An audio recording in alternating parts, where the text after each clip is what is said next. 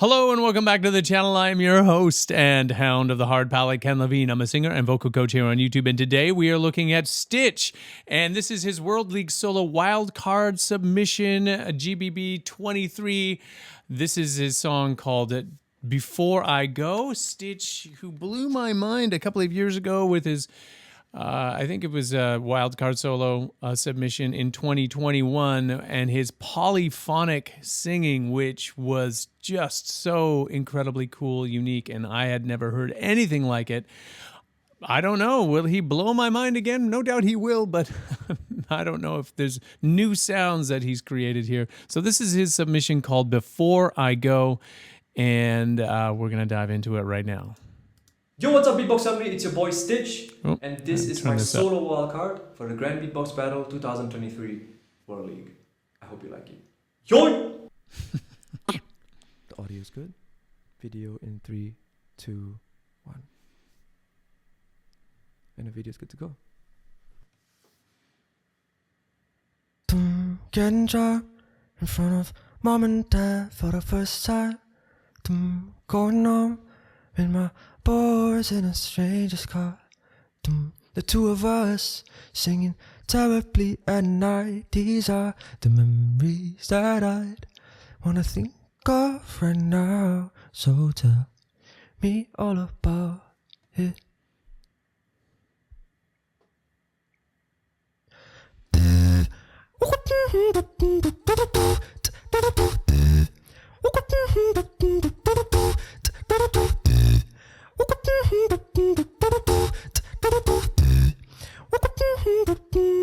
Before I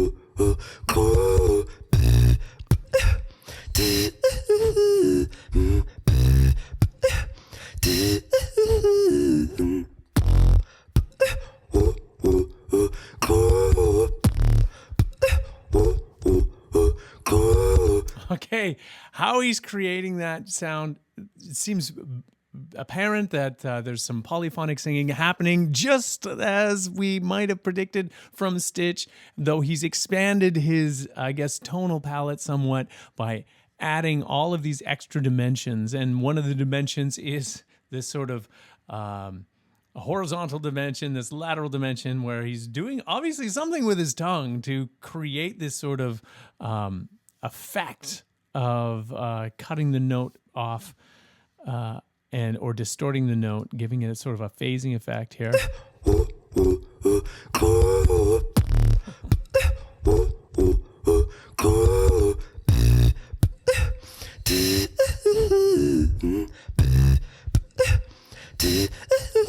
Before I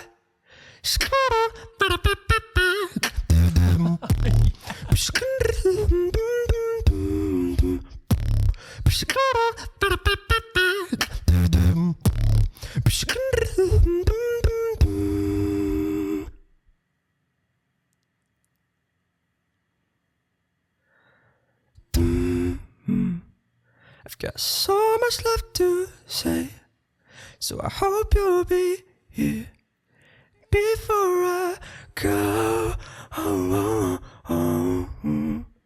Tell me everything will be alright. So cool what he's doing here with that high head voice melody line, and then at the very end of the line, he's creating that polyphonic effect where he's I'm not entirely sure if it's a vibratory response from his false vocal folds happening at the same time, generating that tone. I think he goes through a little bit in one of his videos, and I'll search for it and leave it down below in the description, how he generates that false or that polyphonic sound. And obviously he's practiced it to the point where he has ultimate control over it, and he can bring it in and bring it out anywhere in the melodic line that he wants. And it is really mesmerizing and so cool how he weaves it in, and almost to the point where you don't even notice, you know what I mean? Like it's not jarring is what I'm trying to get at. Let's just see if we can back it up here. I've got so much left to say, so I hope you'll be here before I go. Tell me everything'll be alright before I go.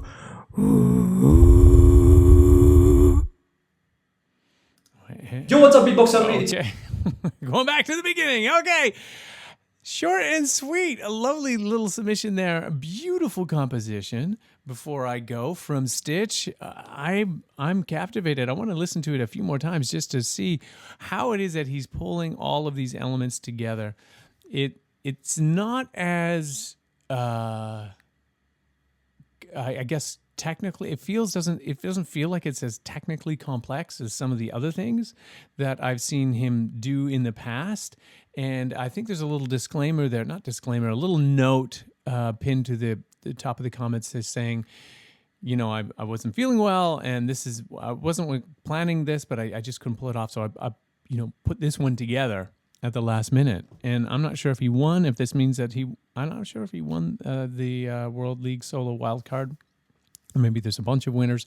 I actually really don't know how it works, other than we are the beneficiaries of all of these incredible beatboxers coming up with new stuff and presenting it out for the world to listen to and be inspired by. I'm personally inspired by listening to these fantastic musicians who are putting things together. There's a couple of interesting things, too, that I noted. One of them is, even though he's got it looks like the SM7B... Is that right, or is this the Shure SM7? They're both very, very similar. One is a USB microphone, and the other one needs some kind of you need its own power amp to amplify the signal. So before you put it into your audio workstation or your audio interface, SM7B, and it lifts it up enough so that it can, create a signal that will be read by the digital audio interface. And so I'm listening to this, and I'm getting a lot of that air movement noise. And I'm not entirely sure if that's something that's necessary. I mean, just to be able for it to pick up what needs to be picked up, all of the little nuances, and then as a result you get these artifacts. But he does have a link. Stitch has a link here to his Spotify where you can go check out the recording. I'm not sure if that's like one that is less raw, or like if it's just the recording video, the audio version of this particular song that he's just presented here. I'm not sure. I don't know if there's a difference. I'm always intrigued to figure out there's some of the technical hurdles that these musicians have to overcome in order to submit what it is that they want to be their ultimate submission to this World League Solo Wildcard in GBB 23. I don't know. I don't know how it works. But there is some like I said, there's some interesting artifacts here that are ending up on the audio track, and so it's one of those things where it's just so short. Like it always leaves me wanting more. I want more from these fabulous artists, and I'm sure maybe by the end of their submissions, or the end of their compositions, you mean like, what do you need? You need more? I'm sure they got way more stuff happening in their bag of tricks that they could, beatbox for hours. But these standalone compositions are getting more elaborate and more interesting and more fantastic as the years progress, and it's just so satisfying to see what is happening in the beatboxing world and how that might relate into the rest of singing in general, or just vocal tracked musical mouth noises. I don't know if singing is necessarily a broad enough term to actually encompass what beatboxing is, and beatboxing probably is not necessarily a broad enough term anymore, because these standalone compositions have melodic and harmonic movements happening simultaneously with, all of the noises that they're able to generate. It's truly one of, like I said before, it's harnessing that creative energy and channeling it into what new sounds can I generate with this instrument, which in many ways, we're living in this wonderful golden age where these fellas can be on different sides of the planet, and gals can be on different sides of the planet, and generate the kind of energy to push themselves and push each other into creating something new and exciting that has never existed before, not just compositionally, but just like with utilizing this instrument. Okay, well, I think that about does it.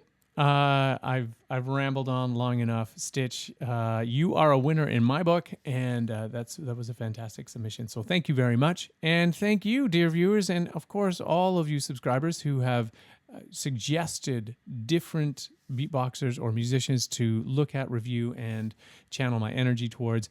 Thank you very much. I really, really appreciate that. And if you are not yet a member of this fabulous community of music lovers and vocal aficionados, please consider joining and subscribing. Hit that subscribe button and notification bell. You don't miss out on any of the great stuff that we produce here every week on the channel.